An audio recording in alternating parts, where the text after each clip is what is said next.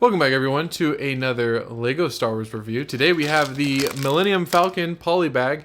I'm not a huge Polybag review guy because it's kind of small and niche, but when they do make iconic ships like the Millennium Falcon, I have to make sure to get to a review for it. So I picked this up a little bit ago. You may have seen it in some other videos in the background. Been holding on to it to make a quick review for you guys and kind of just let you guys know there's a Millennium Falcon out there that is Polybag. You can build and put on your work desk, or you can build and put up on a shelf that's small and not overly crowding with Lego stuff like my shelves, and it gets across the point that you might like Star Wars or Millennium Falcon. So let's go ahead and get this opened up and built. Shouldn't take us too long at all. Alrighty guys, as you may know, on the channel I usually do an unboxing for the reviews and then followed up by a time lapse for building. But today I'm gonna go ahead and unbox this, or unrip this.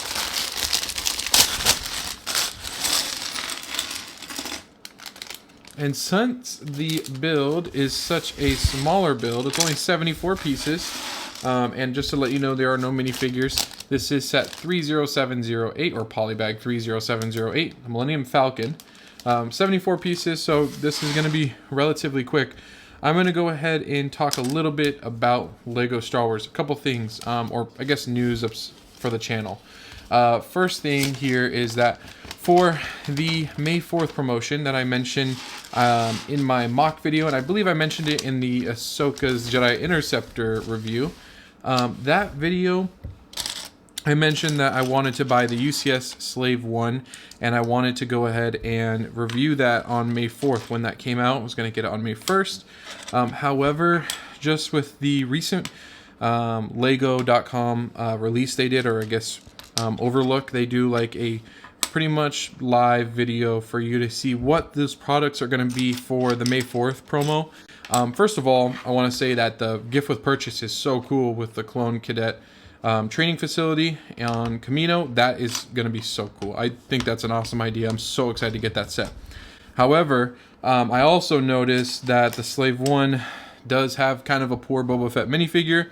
Also, kind of, in my opinion, has a awesome Jango Fett figure, but a scary future. So what I mean by that is, at least as of right now, and rumors change, and that's another thing I'm going to talk about too, but there is rumors that we're going to have a Lego Slave 1, or Jango Fett Starship as they call it now, apologize, but we're going to have one of those in August as a play scale. At least that's the rumor right now.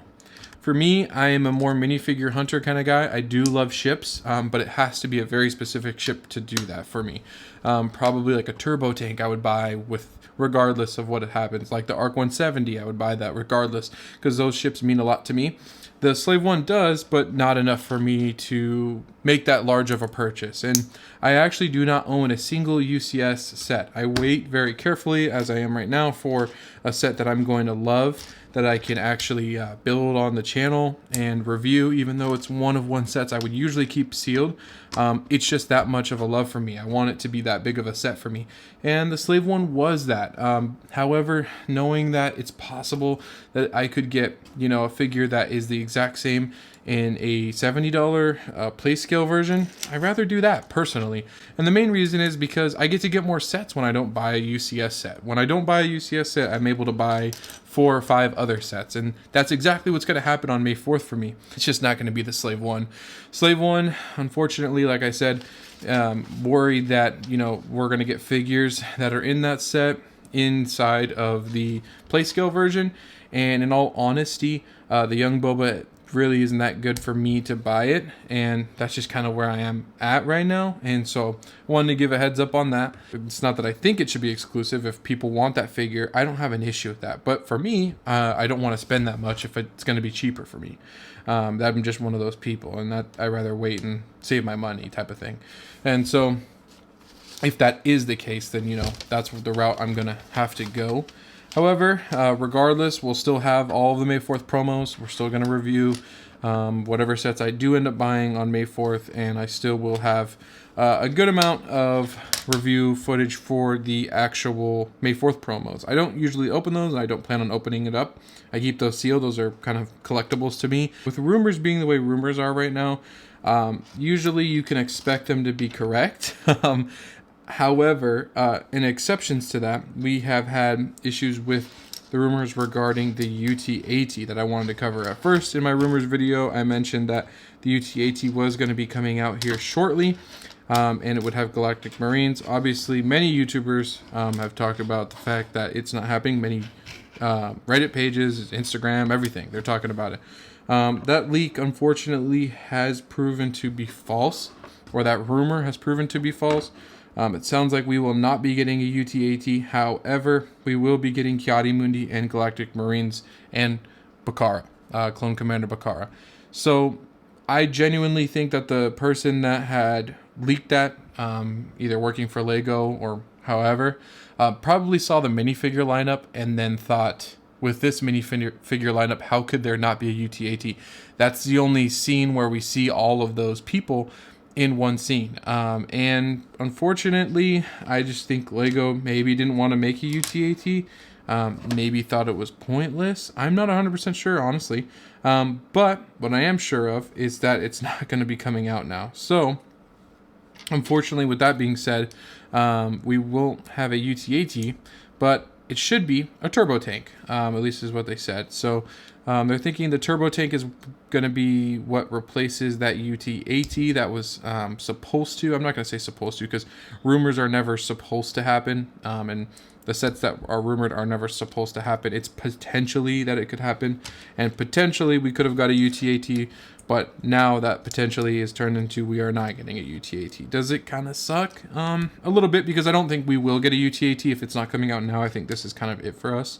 I think this was the closest opportunity we had with this minifigure lineup. So, you know, I love Turbo Tank, and a Turbo Tank was one of my wish list video that I made, actually. And I've been going to LEGO conventions, seeing older iterations of the Turbo Tank, and haven't bought them because I was thinking it was going to come out this year. I was betting on it, and, you know, my bet came through, but it came through on minifigures I wasn't expecting to get in that set. I was expecting to get a Kashyyyk version, again, of the clone Turbo Tank. However, that didn't happen. And so, am I bummed out about it? I would say partly. And I say partly because, honestly, I'm so happy to get a turbo tank.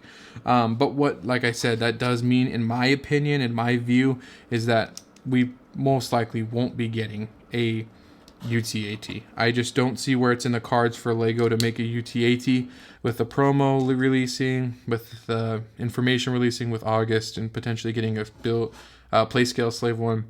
You know, I know that Lego's trying to make it so people can afford it, and I 100% agree with that. I think that's reasonable. I don't think it's fair for everybody to have to pay that much to get a Jango Fett or to get a Slave One that's from Jango Fett. It's been so long since we've gotten one of those, and you know, everybody's Lego Star Wars fan. Everybody that is a Lego Star Wars fan deserves to have a chance to buy that, you know, and not everybody's in the same financial situation as me or anybody else that can buy those sets. So that's something I do understand. And for me, I am not in the greatest to where I can just buy it and not worry about it coming out in August either. I want to wait because I'm buying other Lego sets all the time and doing mocks where I'm doing Bricklink orders all the time and stuff like that. So it just makes sense for me to be patient and wait and see. Now, with that being said, let's go ahead and wrap up this review. I'm going to go ahead and just phase to when this is completely done, and then we'll talk about this build. Alrighty guys, so this is the Millennium Falcon completely built. I think this is a great build. I think it looks great. I think you get the idea of exactly what you are getting from this build and what it is.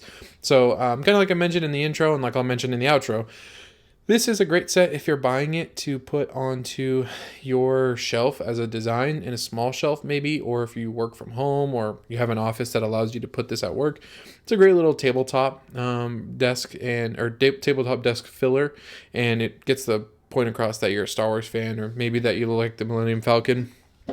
If you are a Polybag enthusiast, I know there are some of you that are Polybag enthusiasts. I personally don't see the same attraction to Polybags, only because Polybags for me are smaller versions of what I really want to buy. And so when I get a Polybag, I'm like, man, can they just make this into a play scale so I can buy the play scale version? That's just how I view it.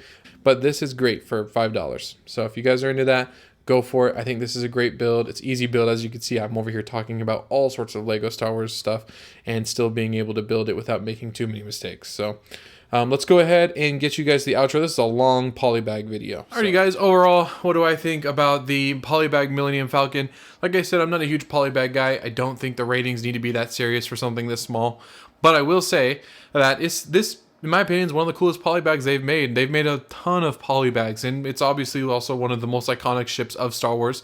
And I think that if you are a Star Wars fan and you don't want to get too in-depth with paying hundreds of dollars in a Lego, or even just a lot of money for a smaller set, you can go ahead and pick yourself up a polybag, and this is a great one to do that. This gets across the point that you love Star Wars and that you maybe love the Millennium Falcon, or that's the era of Star Wars that you most recognize yourself with. So I think it's a great buy. It's $5.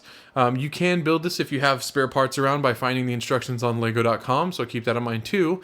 If you just have a large Lego collection of spare parts, see if you have all the parts for it and maybe build it yourself for free. So keep that in mind too. But all in all, love this poly bag. Think you should pick up. It's $5, and maybe a great stocking stuffer, maybe a great set for you to build and put on your work display while you're working. It sits there and you look at it or whatever. But yeah, great poly bag. I hope you guys enjoyed this video. I just wanted to get a small review out for you guys for the poly bag and explain what was going on with the May 4th release. Because of the way Lego's doing it, I kind of still, like I mentioned earlier, have to hold off on buying the Slave one or UCS Slave one, just because we will have a play scale one coming in August that's rumored. I don't want to spend $300 for that. If I'm going to get a play scale one and get the same Jango Fett minifigure, we're not sure. Obviously, rumors change, like the UT-AT's changed. So this could still change. It could be that we get a Jango Fett that's not the same Jango Fett in the UCS Slave one, but Captain Rex didn't have that situation in the Venator. So I've learned my lesson with that. I didn't buy the Venator. I'm not buying the Slave one until I find out. You guys may love the ship, and it's a great ship. There's other reviews out, obviously, and those reviews make the ship look amazing. However, that's just not me. I want the minifigure personally. From my minifigure collection, from my Lego collection, I'm better off buying a bunch of smaller sets, let's just say. I rather get more smaller sets, more $50, $100, $20 sets I can review and put on the channel that you guys see here. That would be my first UCS set. I have this big of a collection and this much money spent on all these sets, and I have yet to buy a UCS set, because I just view that if I buy multiple smaller sets, I can get way more than just getting one UCS set. And so unfortunately, I'm not going to probably get it on May 4th, but we will still be getting a bunch of other sets and all the May 4th promos, so stay tuned for that. And I hope you guys enjoyed this video. If you did, please like, comment, and subscribe. We'll see you in the next one.